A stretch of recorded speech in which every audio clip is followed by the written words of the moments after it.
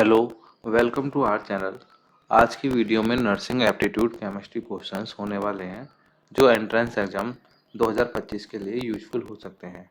यहाँ पे question answer के साथ में मिल रहे हैं और बीएससी नर्सिंग एंट्रेंस एग्जाम जो होता है जैसे सीनेट, एम्स, जिपमर ऐसे वाले एग्जाम के लिए ये जनरल कुछ बायोकेमिस्ट्री और केमिस्ट्री के क्वेश्चंस हैं। तो आइए देखते हैं। विच of the following is an example of a strong acid. तो ये सब एसिड दिया है और यहाँ से पता लगाना है कि कौन सा स्ट्रॉन्ग एसिड में आता है, एसिडिक एसिड में आता है या फिर सिट्रिक एसिड, हाइड्रोक्लोरिक एसिड या फिर कार्बोनिक एसिड। तो इसका आंसर है हाइड्रोक्लोरिक एसिड। हाइड्रोक्लोरिक एसिड को सबसे ज़्यादा स्ट्रॉन्ग माना गया है, बोला गया है। सेकंड है which part of the atom is involve in chemical bonding. Chemical bonding में सबसे ज़्यादा जो यूज होता है, केमिकल बॉन्डिंग में जो एटम यूज होता है उसका नाम क्या है? तो उसका नाम है proton, neutron, electron, nucleus. Electron का काम होता है केमिकल बॉन्डिंग में इन्वॉल्व होना। विच of the pH of neutral solution at 25 degree centigrade. Neutral solution जो होता है वो कितना होता है? pH न्यूट्रल सॉल्यूशन पे pH कितना होता है? वो होता है 7। विच of the following is an macronutrient element. Macronutrient element कौन सा है जो सबसे ज़्यादा जरूरत भी होती है और पाया भी जाता है? तो कौन सा होता है? Iron, zinc, calcium, fluoride.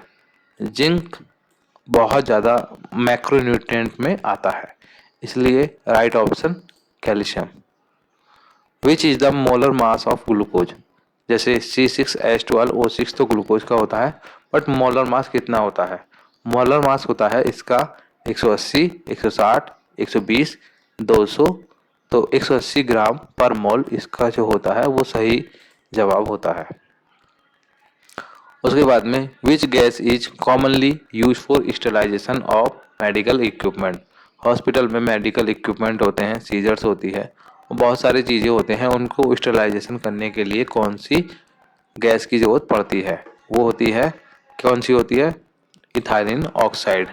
ना ऑक्सीजन से करते, ना ही करते नाइट्रोजन से, करते हैं इथाइलिन ऑक्साइड से। कार्बन डाइऑक्साइड का यूज नहीं करते हैं। फिर आता है which of the following is of colloid. Colloid का कौन सा एग्जाम्पल है? Sugar solution, salt solution, milk, alcohol. तो इसका जो कोलाइड सॉल्यूशन का जो एग्जाम्पल होता है उसको हम बोलते हैं मिल्क। ठीक है। उसके बाद में the main buffer system in human blood कौन सा होता है? बाइकार्बोनेट बफर, सोडियम क्लोराइड या फिर आपका ammonium buffer, phosphate buffer. Bicarbonate buffer use किया जाता है आपका ह्यूमन ब्लड में। Which vitamin is fat soluble. कौन सा फैट सॉल्युबल होता है? तो विटामिन बी, सी, डी, एच। कौन सा विटामिन ऐसा होता है जो फैट सॉल्युबल होता है? विटामिन डी फैट सॉल्युबल होता है। ठीक है। Which of these elements is essential for haemoglobin production. Haemoglobin production के लिए कौन सा एलिमेंट सबसे ज़्यादा जरूरी है? Magnesium, potassium, iron, calcium. Iron सबसे ज़्यादा हीमोग्लोबिन प्रोडक्शन में यूज किया जाता है। Which what type of bond is formed when electrons are shared. कौन से बनते हैं? कोवलेंट बॉन्ड बनते हैं जब इलेक्ट्रॉन एक दूसरे से शेयर करते हैं तो कोवलेंट बॉन्ड बनते हैं। हाइड्रोजन बॉन्ड हाइड्रोजन वाले एटम में बनते हैं। फिर आता है which of the following is not a property of acid. कौन सा ऐसी चीज है यहाँ पे जो एसिड की प्रॉपर्टी नहीं है? कौन सा?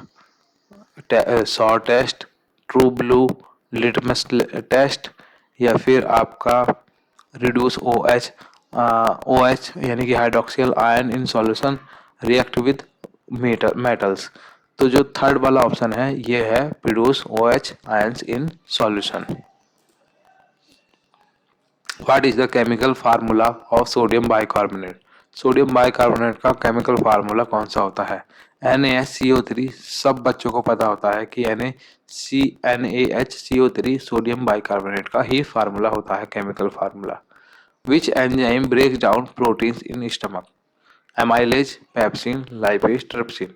पेप्सिन होता है जो स्टमक में प्रोटीन्स को ब्रेक डाउन करता है, इसको पेप्सिन एक एंजाइम होता है।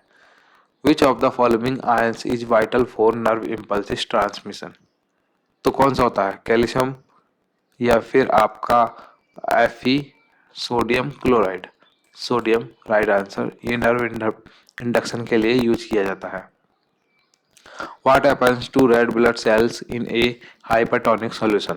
क्या होगा, हाइपरटोनिक सॉल्यूशन है यानी कि 0.9% कंसंट्रेशन से NaCl की जो कंसंट्रेशन है वो ज़्यादा है, इस स्वेल एंड ब्रस्ट हो जाएगा? नहीं होगा।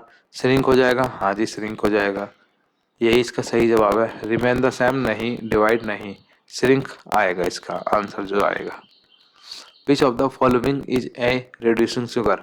Glucose, sucrose, fructose, both A and C. हाँ ग्लूकोज एंड फ्रक्टोज ये दोनों ही आपका क्या है, रिड्यूसिंग शुगर में आती है। ये दोनों राइट आंसर क्या हो जाएगा, both A and C. Which gas is release during cellular respiration? Cellular respiration के टाइम पे कौन सी गैस निकलती है? तो CO2 जो होता है वो सेलुलर यानी कि जो प्लांट में होता है रेस्पायरेशन उस दौरान ये निकलती है। तो सही जवाब हो जाएगा carbon dioxide. Which is the normal pH range of human blood? कौन सा होता है, पीएच कितना होता है ह्यूमन ब्लड का? 7.35 से 7.45 जो होता है वो ह्यूमन ब्लड का रेंज होता है। Which of the following is an electrolytes? कौन सा, distil, sugar, sodium chloride, alcohol? Sodium chloride का सॉल्यूशन जो होता है उसको हम एज ए इलेक्ट्रोलाइट्स यूज करते हैं जब किसी को लूज मोशन हो जाते हैं।